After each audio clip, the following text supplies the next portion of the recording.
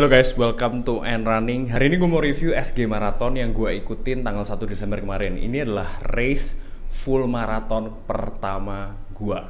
Oke, mulai dari registrasi dan harganya. Gue daftar event ini di bulan Juni dan harganya waktu itu $119 ditambah GST, totalnya $129 atau sekitar 1,5 jutaan. Cara registrasinya juga gampang, kalian tinggal registrasi lewat website yang mereka provide. Untuk race-nya sendiri itu ada 5 kategori. Yang pertama adalah Kids Dash, kemudian ada 5K, ada 10K, ada Half Marathon, ada Full Marathon, plus 1, berarti 6. Ada Ekiden. Ekiden ini yang kayak relay gitu, yang full marathon kayaknya, tapi diisi 4 orang. Jadi mereka gantian tiap 10, sekian kilo gitu. Dan untuk Kids Dash tuh diadakan hari Jumatnya di tanggal 29 November kalau nggak salah. 5K dan 10K itu diadakan tanggal 30 November.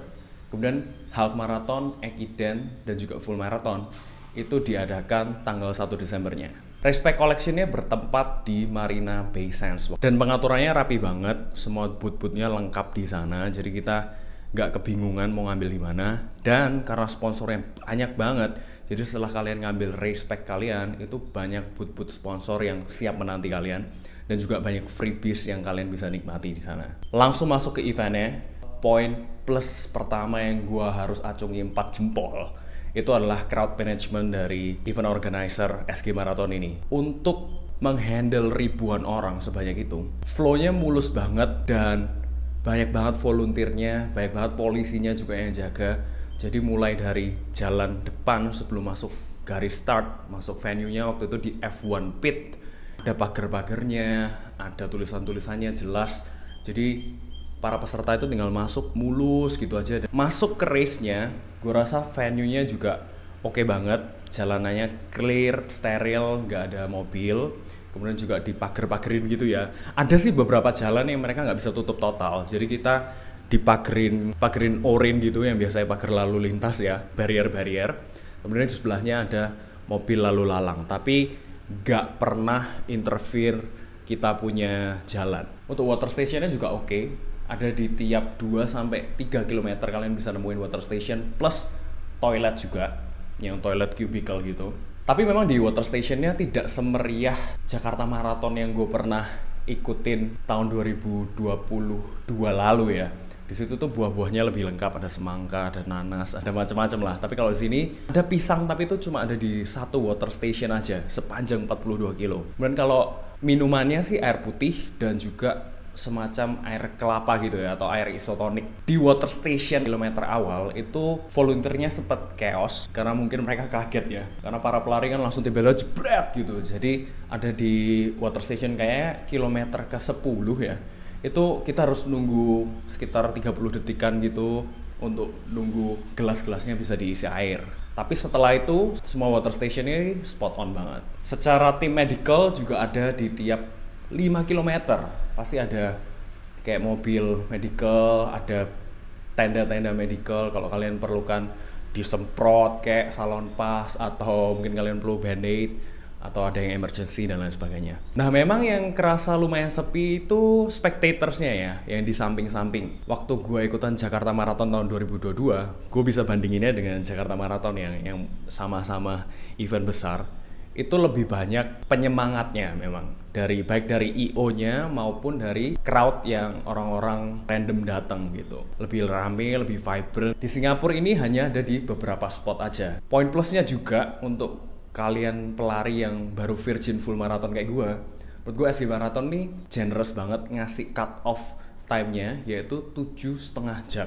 Biasanya di event-event lain tuh 7 jam atau bahkan ada yang 6,5 jam. Nah sekarang kita masuk ke poin-poin minusnya. Yang pertama, entah nggak tahu kenapa, gue daftar pakai nama gue kan, Andrew. Kemudian gue daftar pakai kredit card gue sendiri, pakai email gue sendiri. Nah istri gue kan juga daftar, tapi dia daftar yang 10K. Waktu gue pertama kali daftar di bulan Juni, gue dapat confirmation letter. Itu tulisannya, "Selamat Andrew, sudah daftar" dan lain sebagainya. Tapi kemudian waktu tanggal 26 November, gue dikirimin email lagi, namanya berubah jadi nama istri gue. Tapi gue nggak notice karena waktu November tuh gue nggak buka emailnya. Gue baru realize waktu iseng-iseng cari nama gue di race results-nya. Gue ketik Andrew nggak ketemu, Dan waktu gue ketik nomor BIP-nya, ternyata namanya jadi Olivia Alessandra Himawan. Dan gendernya juga masuk female. Akhirnya gue baru ngeh, karena waktu gue ke race pack collection-nya itu, kan ada satu wall yang isinya nama-nama pelarinya semua. Gue tuh gak ketemu nama gue, tapi malah ketemu nama istri gue di wall full marathon. Tapi waktu itu kita ngerasa, oh mungkin error aja gitu ya. Tapi ternyata memang nama gue berubah jadi nama istri gue. Akhirnya itu gue sadarnya waktu tanggal 30 Novembernya setelah istri gue lari 10K. Akhirnya kita pergi lagi ke Marina Bay Sands. Kita ke adminnya, kemudian gue jelasin dan akhirnya diganti namanya. Beberapa jam setelah itu gue cek di sistem, nama gue udah Andrew. Oke, gue pikir aman nih. Akhirnya besoknya 1 Desember gue lari dan lain sebagainya. Nah ternyata mereka tuh ada apps satu lagi untuk kalau kalian tuh mau nge-track teman kalian yang lagi lari, tinggal masukin nomor BIP-nya gitu, nanti dia bisa nge-track gitu. Itu canggih banget sih, kayak GPS gitu. Nah tapi di track-trackannya itu gue masih gendernya female walaupun nama gue Andrew. Nah gue dikasih tahu istri gue setelah gue finish waktu itu. Akhirnya gue langsung lapor lagi sama staffnya, udah capek-capek gitu ya lari 6 jam. Gue bilang ke mereka ini gender gue masih salah dan lain sebagainya. Terus staffnya bilang oke, nanti gue benerin. Nah sehari gue cek, gue refresh di websitenya, race resultnya gue masih masuk female. Karena itu kan pengaruh peringkat gue. Terus tiap kilometernya itu gue ada di nomor berapa, terus dari berapa peserta, itu kan gender kan ngaruh. Jadi gue lumayan concern juga, karena itu kan di sertifikatnya juga salah nanti. Akhirnya sehari gue tunggu, gak ada yang terjadi. Itu gue sambil email lagi ya, email tapi balasannya itu intinya kayak staffnya itu masih sibuk gitu loh.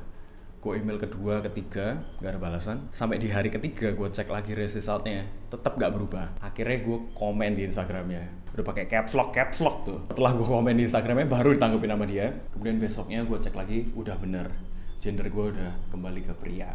Jadi itu minusnya yang pertama. Ada di sistem, gue nggak tahu event secanggih ini bisa messed up nama di sistemnya. Dia bilang sih mungkin karena kalian daftarnya pakai wifi yang sama, tapi masa Singapura seculun itu kan sistemnya, aneh juga. Terus minus yang kedua adalah toiletnya, apalagi waktu sebelum kalian mulai start race-nya. Gue pikir toiletnya di F1 pit kan ya udah toilet umum aja, bisa langsung masuk bla bla bla. Ternyata semua pakai cubicle toilet, walaupun udah disiapin lumayan banyak, tapi pesertanya itu sekitar puluhan ribu guys. Jadi kalau kalian bisa lihat di video ini, itu pada antri semua. Gue waktu itu datang early banget masian, jam 4.30-an. Race gue itu baru mulai 5.15. Gue pikir ya udahlah ya, masih ada 30 menit, gue cobalah antri. Ternyata nggak keburu loh, tetap nggak keburu. Akhirnya ya udah gue tahan bentar. Waktu race akhirnya itu ada di kilometer pertama kalau nggak salah. Itu tuh ada taman, ada beberapa toilet cubicle juga, tapi nggak banyak. Peserta cowoknya yang udah nahan pipis tuh pada pipis di pinggir trotoar yang ada tanamannya. Gue mah bodo amat, akhirnya gue pipis juga di situ. Kemudian juga yang gue notice waktu gue lari kan, pilek guys, pilek. Gue udah bawa tisu banyak, tapi ternyata lari 6 jam tisunya pun nggak cukup. Terus juga jadi basah karena udah kena keringet gue. Karena gue minta-mintalah di kilometer 30 ya, di tiap gue ketemu bootnya medical, gue minta tisu, dia bilang nggak ada. Berikutnya lagi gue minta tisu, kagak ada. Berikutnya lagi sampai finish nggak ada tim medis yang punya tisu. Jadi gue kayak sepanjang sampai gue finish. Terus things to consider juga kalau kalian mau race, apalagi di negara tropis, itu udaranya memang panas dan lembab. Tapi untungnya sebenarnya di Singapura sampai jam 9 pagi itu masih teduh banget sih hari itu.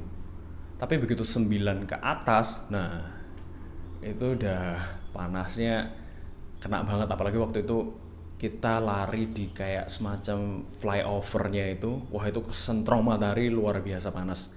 Sampai gue harus pakai es batu. Untung gue pakai long sleeve, terus gue semprot sunblock di sini, itu pun masih tembus. Ini masih lumayan hitam setelah itu. Jadi ya kalian harus be prepare di sana.